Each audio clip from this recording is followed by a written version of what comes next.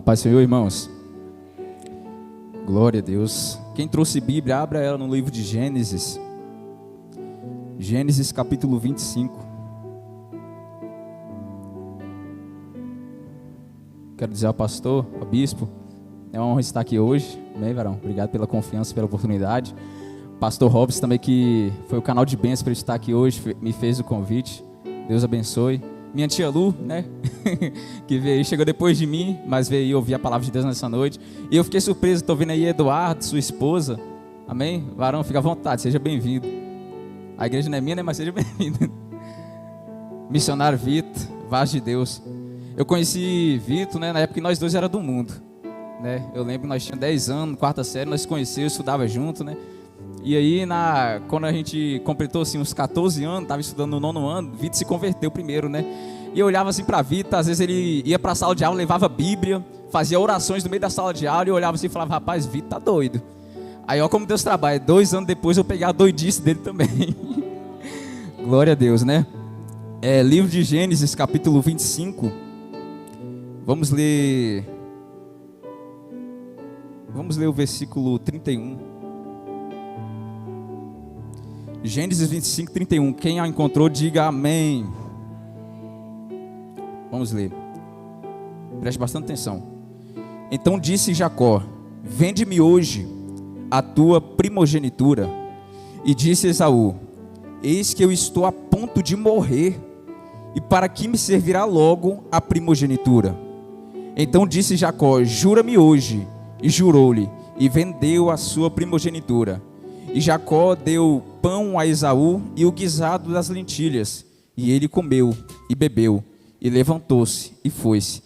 Assim desprezou Esaú a sua primogenitura. Amém? Pode sentar.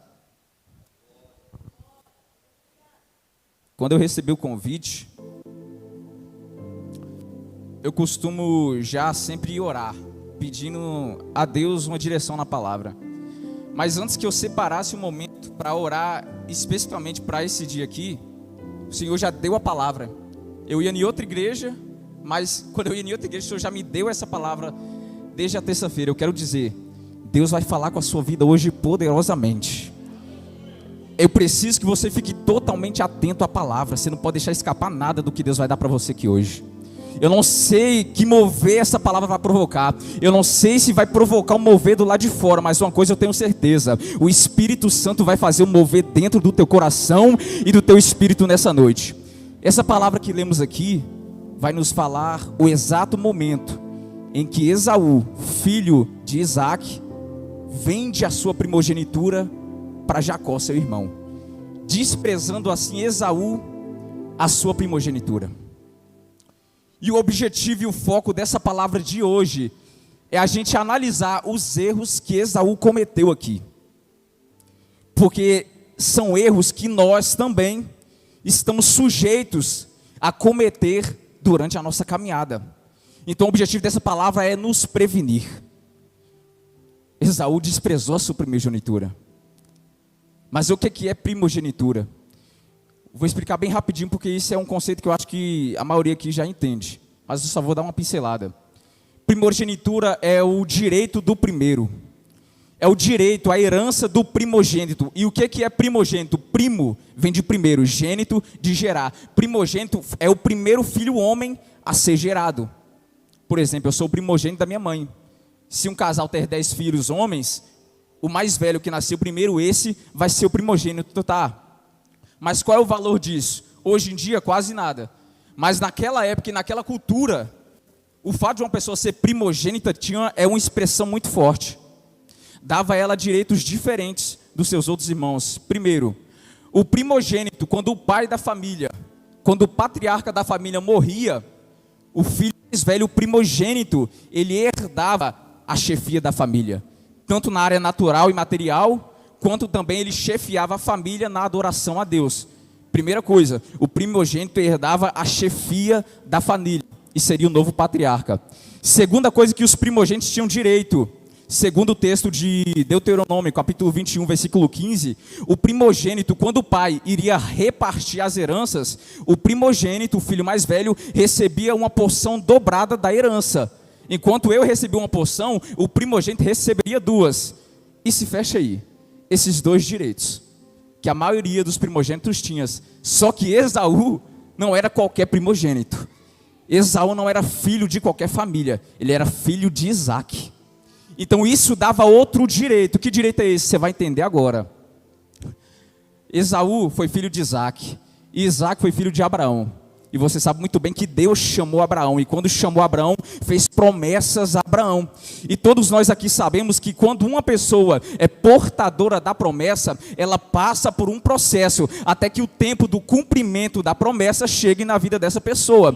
Abraão, ele recebe essa promessa, começa a passar pelo processo, e durante a sua vida, ele vive alguma dessas promessas. Porém, as promessas que Deus lançou sobre a vida de Abraão, irmãos, era tão grande, era tão excelente, que após Abraão morrer, mesmo ele tendo vivido um pouco do cumprimento, a promessa, mesmo ele morto, até os dias de hoje continua sendo cumprida.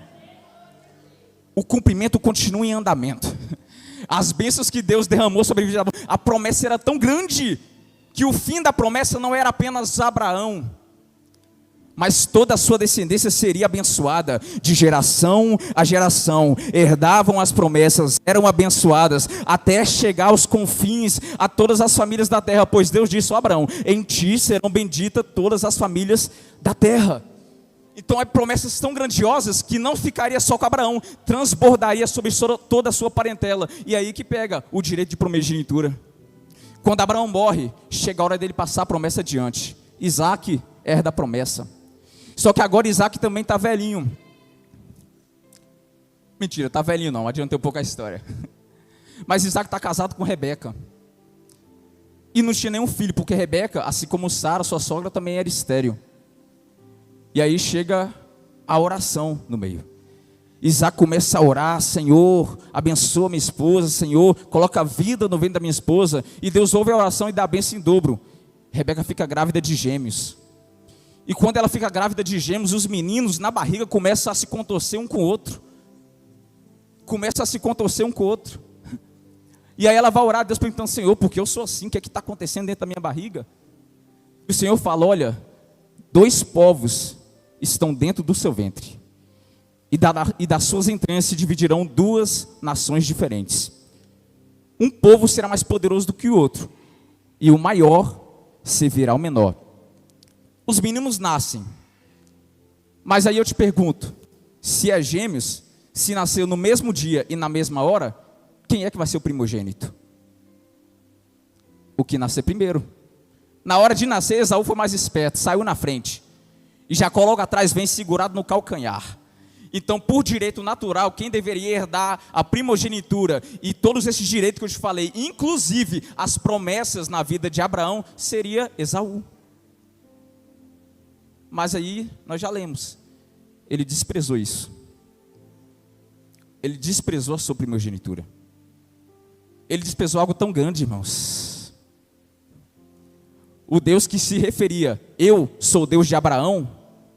Quando Isaac nasceu, a bênção passou para ele. Agora ela sim, eu sou o Deus de Abraão e de Isaac. Olha que coisa grande, já pensou Deus falando, eu sou o Deus do bispo Valdeci. Eu sou o Deus, é muito tremendo. Aí Esaú nasceu primeiro, tinha todo o direito e vem e despreza. E aí você fala, mas irmão, já era plano de Deus. Deus não falou que o maior serviria ao menor?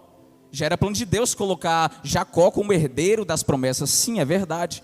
Só que o fato de ser plano de Deus já colocar Jacó, não anula os erros que Esaú cometeu. Já era plano de Deus colocar José como governador do Egito, mas o fato de ser plano de Deus colocar José como governador do Egito não anula o erro dos irmãos que o venderam. Já era plano de Deus enviar Jesus para morrer na cruz, mas o fato de ser plano de Deus enviar Jesus para morrer na cruz não anula o erro daqueles que o crucificaram e de Judas que o traiu. E o que Esaú fez? Olha só, vou começar a entrar na palavra agora. Os 2 meninos crescem. Jacó fica sendo um varão mais simples, habitava dentro de tendas, fica mais com a mãe, aprendendo a cozinhar, aprendendo a fazer coisa de casa. Agora Esaú, ele já vira um varão perito na caça. É um varão de campo, ele ficava trabalhando fora com o pai. E por isso o pai gostava muito mais dele do que Jacó. Mas um dia, estando Jacó em casa e estando Esaú no campo, Esaú trabalhando, pastoreando ovelhas, não sei, caçando, não sei o que ele estava fazendo, mas estava fazendo alguma coisa no campo. Ele chega em casa extremamente cansado. Aleluia. E a fome bate no estômago dele. Quando ele chega em casa cansado e com fome, Jacó tinha um prato de guisado sendo preparado. Fica atento. Esaú está cansado, está com fome por causa do trabalho. E aí quando ele chega em casa, a fome bate, Jacó já tem um prato pronto sendo preparado. Entenda uma coisa, tem momentos que você vai estar aqui, tem momentos que a gente vai estar no campo.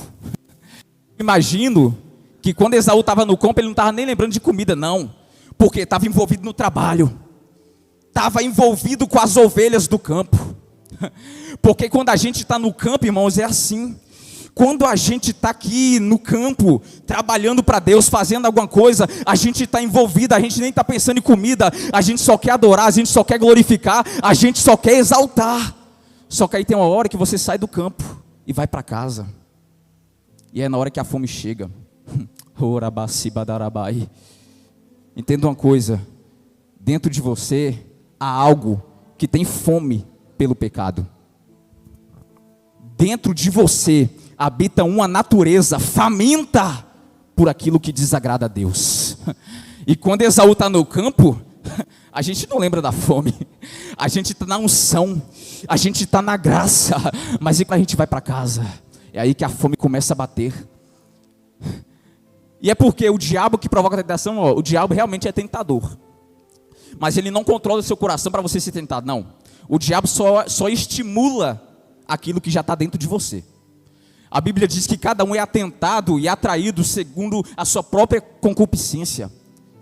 Em nós há duas naturezas, todo mundo tem uma natureza carnal, pecaminosa, desejosa pelo pecado, que deseja aquilo que não agrada a Deus. Herdamos isso do nosso pai Adão. Mas aqueles que se convertem, herdem uma nova natureza, não do primeiro Adão, mas do último Adão, chamado Jesus. É uma natureza segundo o Espírito, que é inclinada a fazer aquilo que agrada a Deus. E aí você entende, dentro de mim, irmão, há uma luta constante. De um lado, a natureza carnal puxando para o pecado, e de outro, o Espírito puxando para as coisas de Deus. E quando a gente está aqui no campo, trabalhando, cuidando das ovelhas, é fácil, a gente está envolvido, mas quando a gente chega em casa é o perigo. Tem momentos, irmãos, que é fácil a gente vencer, mas tem momentos que a fome da nossa carne vai gritar. Tem momentos que a fome da nossa carne pelo pecado vai gritar. Tem momento que a fome vai estar de maneira tremenda. E olha só, Esaú chega com fome e o prato de guisado já estava pronto. Toda vez, entenda uma coisa, toda vez que a fome da sua carne pelo pecado bater, o diabo já vai aparecer com o prato pronto. Vai, come, se alimenta. Não está com fome? Não está com desejo de comer? Vai, come. Eu tenho aquilo que pode alimentar a sua fome. Toda vez que a gente tiver com fome, toda vez que a nossa carne estiver faminta pelo pecado, o diabo vai aparecer com um prato, com uma bandeja pronta para alimentar. Lembra de Jesus? Jejuou 40 dias e 40 noites no deserto. Tendo feito o jejum, Jesus teve fome. Aí chega o diabo astuto e fala: olha, está com fome? Transforma essa pedra em pão e come. Alimenta a sua fome. Toda vez que você ser tentado, o diabo vai aparecer com uma bandeja para alimentar a sua fome. Só que há um perigo. O diabo fala: olha, eu tenho o que pode te alimentar, eu tenho isso que pode te satisfazer, mas não é de graça não. Vai ter que me vender a tua primogenitura, vai ter que dar para mim, vai ter que perder isso que te dá direito a viver as promessas de Deus. Tu vai ter que me dar. Se você quiser se alimentar, eu tenho uma bandeja gostosa para você, mas você vai ter um custo, você vai precisar me dar algo em troca, aquilo que você tem de mais valioso, a tua primogenitura. E tem muita gente, infelizmente, que está trocando a sua primogenitura por um simples prato de lentilha.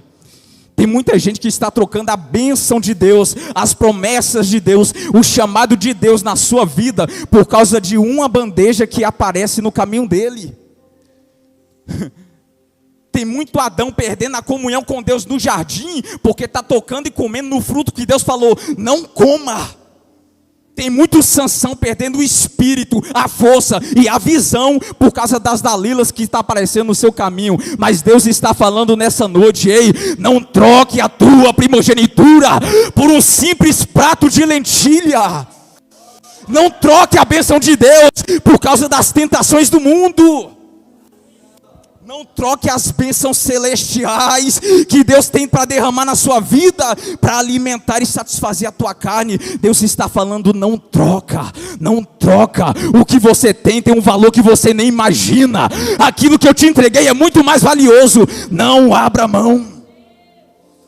Não troque a alegria da salvação por causa de um minuto com a alegria do pecado. Deus está falando com pessoas aqui hoje dentro. Eu falei, talvez essa palavra não vai gerar um mover por fora, mas vai gerar um mover por dentro. Deus está falando, não troca.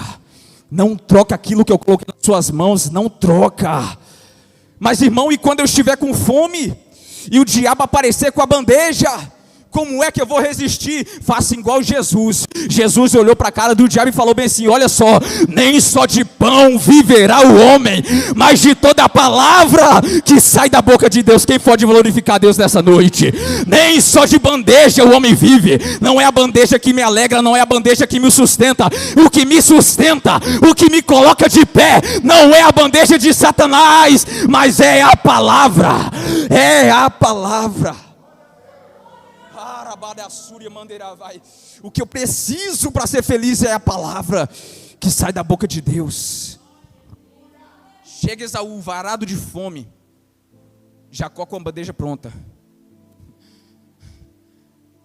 Agora olha para você ver porque ele cai.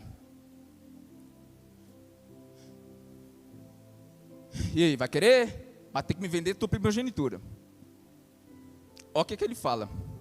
Rapaz, eu estou prestes a morrer de fome. Do que me servirá essa primogenitura? Deixa eu perguntar. O que era mais valioso? Um prato de comida? Ou a primogenitura? Responda. Vou perguntar de novo. Qual tinha mais valor? Um prato de comida?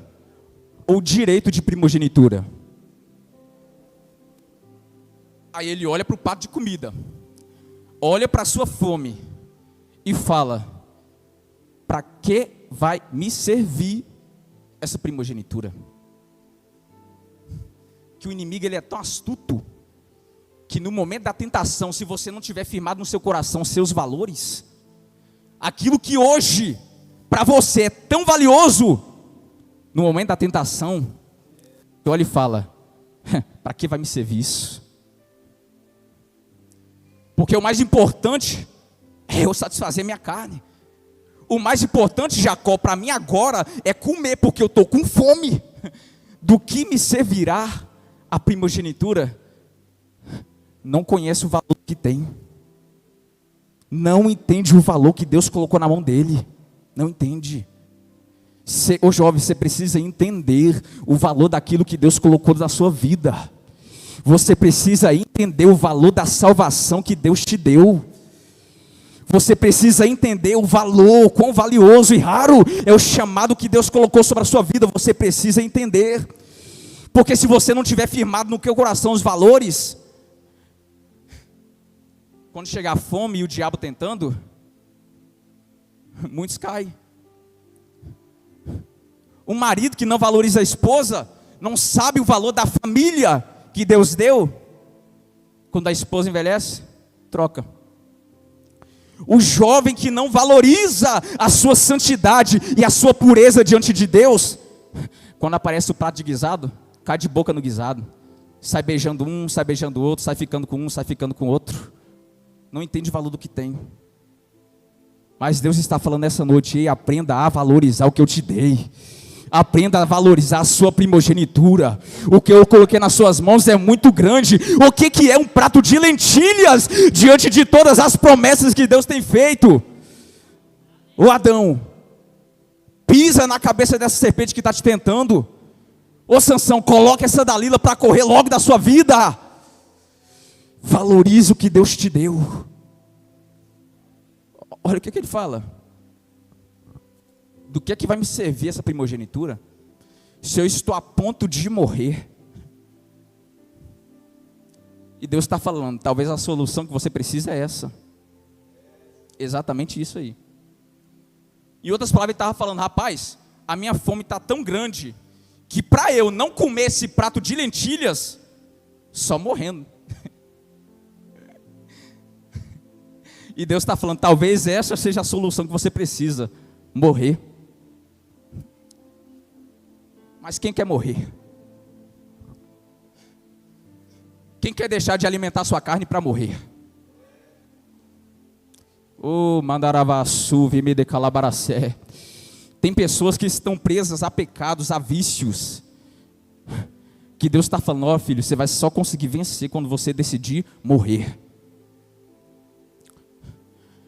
Tem bandeja que a gente resiste fácil, mas tem tentação que você só vai vencer se você está morto. Mas ninguém quer morrer. Só que Deus está falando: se você quiser segurar as promessas, se você quiser agarrar as promessas, se você quiser ter força para resistir aos pratos e às bandejas que aparecem, você vai ter que morrer. Você vai ter que falar como Paulo disse: olha, eu estou crucificado com Cristo, eu mortifico a minha carne a cada dia, o pecado que está em mim, eu mortifico a cada dia, de forma que eu não estou mais vivo, eu não vivo mais, mas Cristo vivo dentro de mim. Cristo está vivo dentro de mim. Enquanto eu morro para o pecado, Cristo me dá vida aqui dentro. Deus está falando: tem bandeja que você só vai vencer se você morrer. Morrer para isso que te afasta de Deus. Harabassu que mandeira vai. Morrer para isso que você sabe que está te afastando de Deus. Morrer. Halabassu vimendarabaiassé. Tem que ser crucificado com Cristo. Estou a ponto de morrer. Agora deixa eu fazer uma pergunta. E se Esaú esperasse um pouco mais? Não era com fome que ele estava? Não tinha fome? Porque ele falou: não, eu estou muito com fome, mas Jacó, isso você está me pedindo em troca é muito caro. Eu vou esperar, vou pedir à mãe para cozinhar outro prato para mim, porque minha mãe vai cozinhar, o meu pai pode cozinhar e me dar um prato que vai me satisfazer sem eu precisar perder isso tudo. Mas não. Vive só de momento, vive de momento de prazer e não calcula todo o futuro, toda a eternidade que tem pela frente. Se ele esperasse mais um pouco, a mãe podia cozinhar um prato que satisfazeria ele. Ô jovem, se você esperar mais um pouco, Orabadassúvia mandecai, se você esperar mais um pouco, Deus prepara isso que você está querendo, Deus prepara. Você está entendendo o que Deus está falando? Se você ter paciência para esperar mais um pouco, Deus prepara. Não precisa se lançar para a primeira bandeja que se aparecer, não. Se você aguardar em Deus mais um pouco, Ele vai satisfazer os desejos do teu coração. Calma, jovem, que desespero é esse? 15 anos já está querendo namorar, não tem nem trabalho, não tem nem maturidade e já quer namorar. Ô, Bandeiravai, Assuri, Mandeiravai. Eu tenho 21 e eu estou calmo. Estou esperando em Deus. Calma, jovem. Está desesperado com 15 anos para quê? Talvez não seja o tempo de você colher, talvez seja o tempo de você plantar. Há um tempo para todas as coisas, de plantar, de colher, de chorar, de se alegrar. Ei, Deus está falando com alguém aqui. Talvez esteja no tempo de você plantar. Plantar arrumando um emprego, plantar amadurecendo, plantar fazendo igual Paulo falou, olha, o solteiro, aproveite para dedicar totalmente às coisas do Senhor. Deus está falando, talvez seja o tempo de você plantar, para quando chegar o tempo da colheita, você colhe os frutos de um relacionamento firmado em Deus, e abençoado por Deus. Ô Esaú, se você esperasse mais um pouquinho, me responda a coisa, se Esaú comesse do prato, a fome dele acabaria para sempre? Não. Come desse prato, Esaú, vai satisfazer a tua fome, mas daqui a pouco, tu tornarás a ter fome de novo. Come do prato, sacia a fome, mas daqui a pouco, tu vai voltar a ter fome de novo. Tu vai ser escravo da bandeja, do prato. Toda hora que dá fome eu vou no prato. Toda hora que dá fome eu vou lá alimentar, porque eu sei onde eu encontro o alimento. Aí eu lembro de Jesus, olhando para a mulher, acho que a mulher samaritana, falando bem assim, ó mulher, se você voltar a beber a água dessa fonte, tu tornarás a ter sede. Pode até beber, mas daqui a pouco, a sede vai bater de novo. E aí você vai ter que vir beber de novo.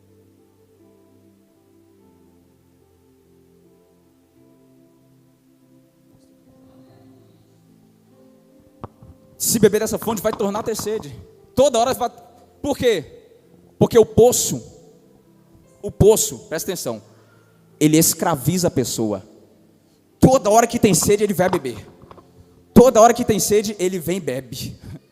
Aí tem uma passagem da Bíblia que Deus fala bem assim, olha, o meu povo, presta atenção que Deus está falando com o crente, o meu povo abandonou a mim, que sou a fonte, o manancial de águas vivas. E esse povo que saiu da fonte, cavou poços, que não conseguem segurar a água. E aí fica lá, saiu da fonte, fica no poço que ele mesmo cavou, bebendo, mas nunca sede saciada, está escravo. Jesus olhou para a mulher e falou, olha, se você beber desse poço, você vai tornar a ter sede, porque o poço escraviza. Se você beber desse poço, daqui a pouco a sede vai chegar de novo. Mas se você beber da água que eu lhe der, aleluia. Se você beber desse poço, você vai tornar a ter sede. Mas se você beber a água viva que eu tenho para te dar, aleluia, formará em você uma fonte que jorra para a vida eterna. Sabe por quê, irmão?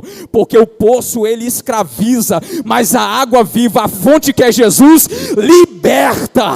O poço escraviza, mas a fonte ela dá liberdade. Deus está libertando algumas pessoas aqui hoje. Tem pessoas que estão presas pelos grilhões do pecado, mas nessa noite essas correntes já caíram por terra. Deixa a palavra entrar, deixa a palavra entrar como uma espada que vai tirando tudo aquilo que tem te impedido. Deixa ela entrar como uma espada que vai cortar os grilhões do pecado na tua vida. Deus tem libertação para você hoje, não é amanhã, é hoje.